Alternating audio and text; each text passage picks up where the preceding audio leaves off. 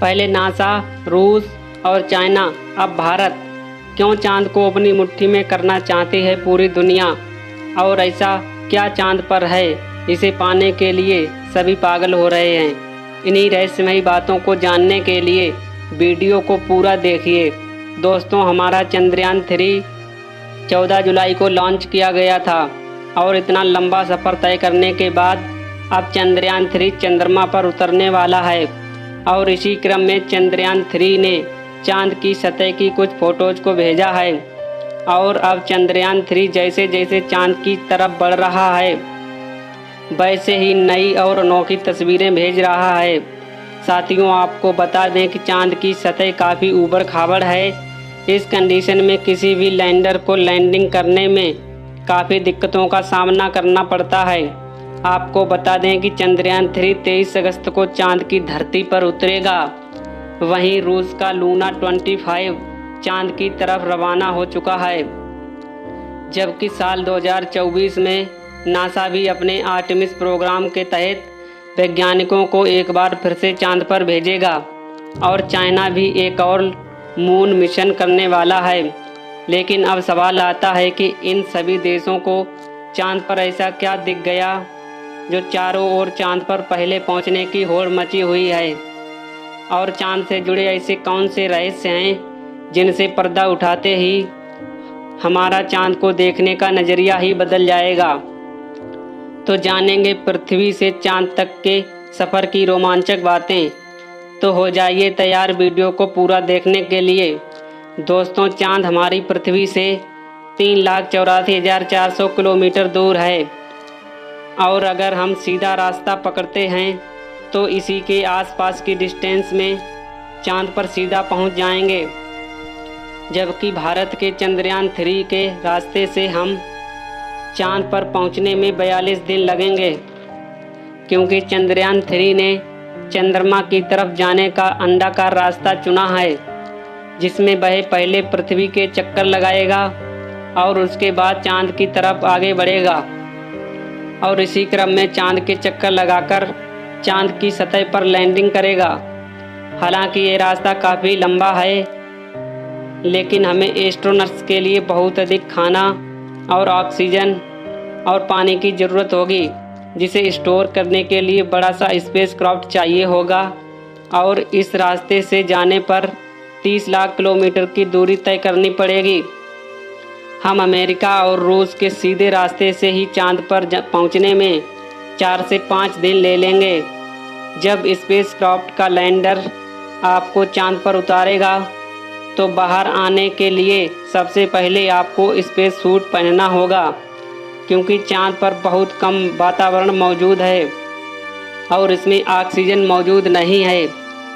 और इसी वजह से आपको सांस लेने के लिए पीछे लगे ऑक्सीजन सिलेंडर का सहारा लेना होगा। स्पेस सूट पहनने के बाद जब आप चांद की सतह पर कदम रखेंगे तो खुद को काफ़ी हल्का महसूस करेंगे। दरअसल चंद्रमा का गुरुत्वाकर्षण पृथ्वी से 6 गुना कम है, इसलिए अगर पृथ्वी पर आपका वजन 60 किलोग्राम है तो चांद पर सिर्फ 10 किलोग्राम हो जाएगा। इसी वजह से पहली बार चांद पर कदम रखते ही शुरुआत में आपका बैलेंस बिगड़ेगा और आपको चलने की बजाय उछलते ही नीचे भी गिर सकते हैं। इसलिए चांद की सतह पर संभलकर कदम रखना ज़रूरी है।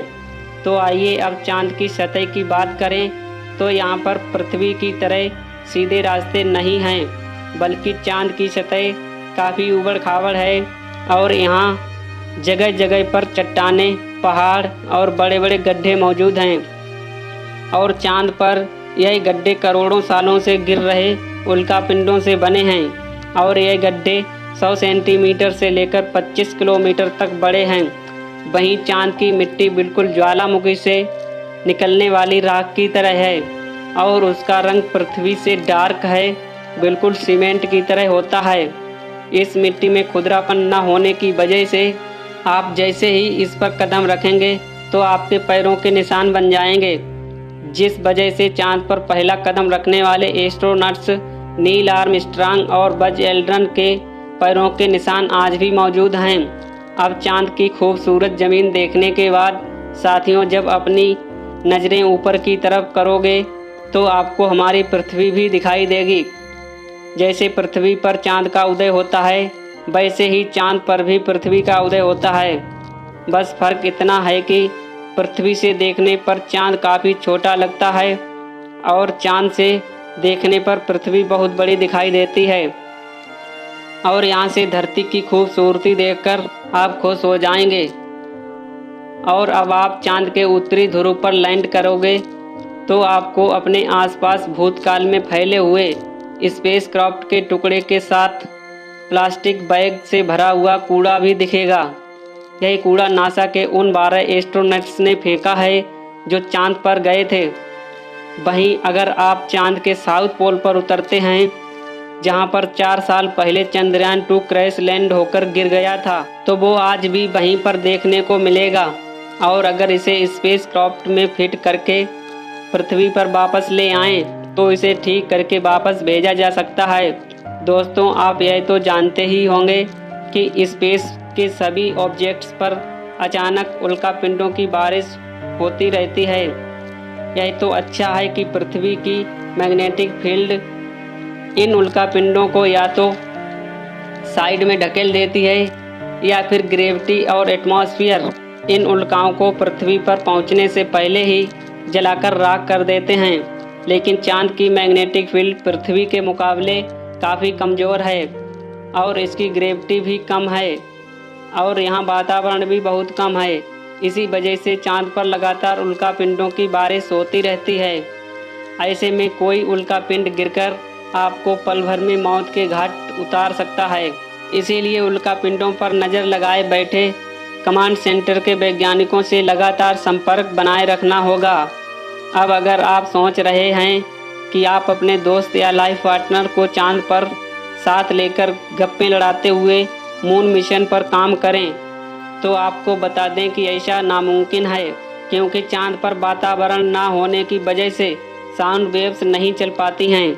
अगर आप अपने साथी को कुछ बोलेंगे तो वह आपके ओंठ हिलते हुए देखेगा, लेकिन आपकी आवाज़ नहीं सुन पाएगा। इतना ही नहीं, चांद पर आपको अपनी आवाज़ तक सुनाई नहीं देगी, मानो मोबाइल की तरह आपको भी साइलेंट मोड पर डाल दिया हो। हालांकि एस्ट्रोनॉट्स चांद पर एक दृश्य स्पेस सूट पहनते हैं जिसमें साउंड को पुश करवाने के लिए नाइट्रोजन और ऑक्सीजन की मदद से कृत्रिम वायुमंडल बनाया जाता है। साथ ही इन्हें एक माइक्रोफोन वाली हेडफोन पहनाई जाती है जिसके जरिए अपने साथी और कमांड सेंटर की आवाज़ सुन सकें और जवाब दे सकें। अब दोस्तों, अपने काम को पूरा करने के बाद जब आप सोने जाएंगे तो सुबह आपको सूरज की रोशनी नींद से नहीं जगाएगी, क्योंकि चांद को अपनी धुरी पर घूमने में 28 दिन लगते हैं, जिस वजह से चंद्रमा पर एक दिन 14 दिन का होता है और 14 दिन की रात होती है। यानी कि चांद का एक दिन पृथ्वी पर 28 दिनों के बराबर होता है। हम आज तक चांद को केवल एक ही हिस्सा देख पाए हैं और आप चांद के पिछले अंधेरे वाले हिस्से में पहुंच गए तो आपके साथ काफ़ी खौफनाक चीज़ें हो सकती हैं। बता दें कि चांद पर कई सालों से खोज कर रहे कुछ वैज्ञानिकों का यह भी कहना है कि भूतकाल में वहाँ कोई एलियन सभ्यता बसी थी। चंद्रयान 1 ने पहले ही अपने मून मिशन में पानी खोज निकाला था, जो इंसानों के जीवन के लिए काफ़ी ज़रूरी है। इसके अलावा अंतरिक्ष में चांद ही पृथ्वी के सबसे नज़दीक है, इसलिए भविष्य में वहां जाकर बसना हमारे लिए काफ़ी अच्छा होगा। इन्हीं कारणों की वजह से दुनिया भर की सभी स्पेस एजेंसियां चांद पर सबसे ज़्यादा दिलचस्पी दिखाती हैं। तो दोस्तों, अगर भविष्य में आपको मौका मिले तो क्या आप वहां जाकर बसना चाहेंगे? अपनी राय कमेंट बॉक्स में ज़रूर बताएं। आज के लिए इतना ही, और आपकी आखिरी जिम्मेदारी इस वीडियो को लाइक एंड शेयर करने की है। इसे ज़्यादा से ज़्यादा अपने मित्रों तक शेयर करें ताकि उन्हें भी ऐसी जानकारी मिल सके, और अपने इस भरोसेमंद चैनल को सब्सक्राइब ज़रूर करें। मिलते हैं नेक्स्ट वीडियो में। जय हिंद दोस्तों।